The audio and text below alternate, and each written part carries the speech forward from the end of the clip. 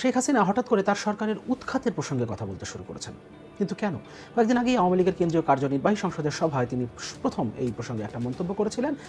সেদিন তিনি বলেছিলেন অতি বাম অতি ডান মিলে ঐক্য হয়েছে এবং তারা সবাই মিলে তার সরকারকে উৎখাতে ষড়যন্ত্র করছে। পাশাপাশি তিনি আন্তর্জাতিক ষড়যন্ত্রের ইঙ্গিত করেছিলেন এবং আমেরিকার গণতন্ত্র মানবাধিকার নিয়ে প্রশ্ন তুলেছিলেন। ইসরায়েল ফিলিস্তিন ইস্যুতে ফিলিস্তিনের পক্ষে অবস্থান দেখিয়ে জনগণের সিম্প্যাথি আদায়ের চেষ্টা করেছেন এবং আমেরিকাকে ইসরায়েলের সাথে ট্যাগ করে আমেরিকার সমালোচনা করেছেন। আমেরিকার বিশ্ববিদ্যালয়গুলোতে ফিলিস্তিনের পক্ষে যে আন্দোলনগুলো হচ্ছে সেগুলো সে দেশের সরকার যেভাবে দমন করছে তার সমালোচনা করেছেন এবং এই সমালোচনাটাও খুবই স্বাভাবিক, কারণ কয়েকদিন আগেই আমেরিকার বার্ষিক মানবাধিকার রিপোর্টে তার সরকারকে অর্থাৎ হাসিনা সরকারের তথাকথিত গণতন্ত্র এবং মানবাধিকারকে নগ্নভাবে যে উপস্থাপন করা হয়েছে তারপর এই সমালোচনা করাটা স্বাভাবিক। একদিন পরেই প্রধানমন্ত্রী একটা সংবাদ সম্মেলন করেছেন তার থাইল্যান্ড সফর নিয়ে। প্রধানমন্ত্রী যখন কোনো দেশে যান সেখান থেকে ফিরে আসবার পরে তিনি একটা সংবাদ সম্মেলন করেন। এটা একটা রীতিতে পরিণত হয়েছে এবং সেই সংবাদ সম্মেলনে প্রধানমন্ত্রীর গুডবুকে থাকা তথাকথিত সাংবাদিক এবং সম্পাদকেরাই অংশ নেন। তারা তো সামদের ফাঁকে ফাঁকে একটা দুটো প্রশ্ন করেন এবং এই সংবাদ সম্মেলনেও একদিন আগে প্রধানমন্ত্রী সেই মন্তব্য নিয়ে একজন সাংবাদিক প্রশ্ন করেছেন এবং প্রধানমন্ত্রী একই রকম উত্তর দিয়েছেন।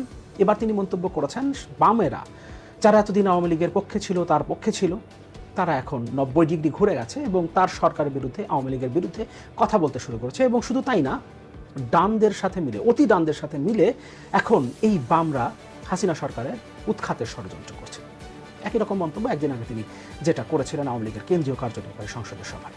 কিন্তু এখানে তিনি আবার একটা প্রশ্ন তুলেছেন, আমাকে যদি উৎখাত করেন তাহলে সেখানে কাকে বসাবেন? প্রধানমন্ত্রী সম্ভবত ভুলে গেছেন যে প্রধানমন্ত্রী হতে হলে ক্ষমতায় বসতে হলে জনগণের ভোটের প্রয়োজন হয়, জনগণের ম্যান্ডেটের প্রয়োজন হয়। অবশ্য তার এই ভুলে যাওয়াটা অস্বাভাবিক না, কারণ 2014 সালের পর থেকে এখন পর্যন্ত 10 বছরের বেশি সময় ধরে জনগণের ভোট ছাড়া 2014, 18, 2024 সালে তিনি যেভাবে ক্ষমতায় বসেছেন তাতে জনগণের ভোটের যে কোনো প্রয়োজন আছে এটা তিনি মনে করবেন না, এটাই খুব স্বাভাবিক। এ কারণে তিনি প্রশ্ন তুলেছেন আমাকে সরিয়ে কাকে বসাবেন, কারণ ক্ষমতায় জনগণ বসায়, জনগণ ভোট দিয়ে ক্ষমতায় বসায়, সে প্র্যাকটিসটাই আসলে এই দেশ থেকে চলে গেছে। নির্বাচন ব্যবস্থাটাই তার সরকার এই দেশ থেকে ধ্বংস করেছে। কিন্তু প্রধানমন্ত্রী এত কনফিডেন্সের সাথে বারবার কেন উৎখাতের কথা বলছেন এবং প্রধানমন্ত্রী যেভাবে বলছেন আমাকে সরিয়ে দেবার পর কাকে বসাবেন, আমার সাকসেসর কে হবে, তাতে মনে হচ্ছে তিনি অনেকটা ধরে নিয়েছেন যে তার সরকারকে উৎখাত করা হচ্ছে, অর্থাৎ তার পতন হচ্ছে এবং নতুন কেউ ক্ষমতায় আসছে। প্রধানমন্ত্রী কেন এমনটা মনে করছেন? নির্বাচনের পর থেকে আমরা কয়েক মাস সরকারকে এবং সরকার প্রধান হিসেবে প্রধানমন্ত্রীকে বেশ নির্ভার দেখেছি এবং পশ্চিমা বিশ্বের সাথে এক ধরনের আপোষ হয়ে গেছে, তাদেরকে ম্যানেজ করে ফেলেছে তার সরকার। এই ধরনের বার্তা তো খোদ সরকারের পক্ষ থেকে, সরকারি দলের পক্ষ থেকেই দেওয়া হয়েছে। সরকারি দলের সাধারণ সম্পাদক তো কোনো ধরনের রাগঢাক ছাড়াই এই কথা বারবার বলে গেছেন। কিন্তু এখন কি এমন হলো যে হঠাৎ করেই আমেরিকার বিরুদ্ধে এত বিষোদ্গার করতে শুরু করলেন প্রধানমন্ত্রী? আমেরিকাই বা এর মধ্যেই তাদের বার্ষিক মানবাধিকার রিপোর্টে এত নগ্নভাবে হাসিনা সরকারকে উপস্থাপন কেন করলো এবং সুর কেন বদলে গেল? খোদ প্রধানমন্ত্রীর এই আলোচনায় যাবার আগে আর কয়েকটা বিষয় নিয়ে একটি কথা বলা দরকার। এই সংবাদ সম্মেলনে প্রধানমন্ত্রী একটা মন্তব্য করেছেন তারেক রহমান সম্পর্কে। তিনি প্রশ্ন তুলেছেন তিনি কেন বিদেশে পালিয়ে থেকে তিনি আন্দোলনের নির্দেশনা দেন। একটা দল তিনি চালাচ্ছেন, বাংলাদেশের সর্ববৃহৎ বিরোধী দল, রাজপথের সবচেয়ে বড় বিরোধী দল, তিনি কেন দেশে আসার সাহস করছেন না এবং তিনি নিজে অর্থাৎ শেখ হাসিনা নিজে কিভাবে সাহস করে দেশে এসেছিলেন এবং তারপর তিনি কিভাবে বাংলাদেশের রাজনীতিতে প্রাসঙ্গিক হয়ে উঠলেন সেই কথাগুলো তিনি বলবার চেষ্টা করেছেন। আর তিনি বিরোধী দলকে একটা থ্রেট করেছেন। তিনি বলেছেন আমেরিকাতে যেভাবে আন্দোলন দমন করছে পুলিশ, এই ধরনের নির্দেশনা তিনি তার দেশের পুলিশকে দেবেন বিরোধী দলের আন্দোলন দমন করবার জন্য এবং তিনি সাংবাদিকদের কাছে বলেছেন যে সাংবাদিকরা তাকে সমর্থন করবেন এই ব্যাপারে। সেইখানে যে সাংবাদিকরা ছিলেন তারা তো অবশ্যই সমর্থন করবেন, কারণ এই সাংবাদিকরা তার গুডবুকে থাকা সাংবাদিক সম্পাদক।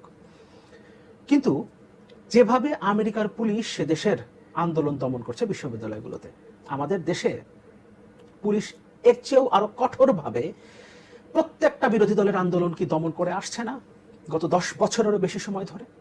শেখ হাসিনা যে ক্ষমতায় বসে আছেন নির্বাচন ছাড়াই, জনগণের ভোট ছাড়াই, এবং তিনি যে বেমালুম ভুলেই গেছেন যে জনগণের ভোটেই নির্বাচিত হয়ে আসতে হয়, কেউ ক্ষমতায় বসিয়ে দেয় না। এটা কেন হয়েছে? আওয়ামী লীগ, হাসিনা সরকার যেভাবে পুলিশকে ব্যবহার করে, অন্যান্য আইন শৃঙ্খলা রক্ষাকারী বাহিনী সহ পুলিশকে যেভাবে ব্যবহার করে, নিজেদের দলীয় লাঠিয়াল বাহিনী হিসেবে ব্যবহার করে বিরোধী দলের রাজনীতি, বিরোধী দলের আন্দোলনকে দমন করেছে, তার মধ্য দিয়ে তিনি ক্ষমতায় আছেন। সুতরাং নতুন করে এই ভয় দেখানোর তো কিছু নাই যে আমেরিকায় যেভাবে দমন করা হয়, বাংলাদেশের পুলিশের হাতে, বাংলাদেশের র্যাবের হাতে কত মানুষ মারা গেছে সরাসরি গুলিতে, পয়েন্ট ব্ল্যাঙ্ক রেঞ্জ থেকে গুলি করে কত মানুষকে তারা হত্যা করেছে। সেই হিসাব কি আমরা জানি না? আমেরিকার পুলিশ কয়জনকে গুলি করে হত্যা করেছে, এবং সেখানে যদি এ ধরনের কোনো ঘটনা ঘটে তার বিচার কত দ্রুততার সাথে হয় সেই ব্যাপারগুলো কি আমরা জানি না?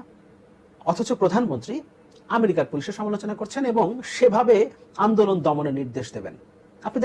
আপনি সেইভাবে আন্দোলন দমনের নির্দেশ দেন যাতে পুলিশ সরাসরি গুলি করে মানুষকে হত্যা না করে, একটা মিছিলে সরাসরি গুলি যাতে না চালায়।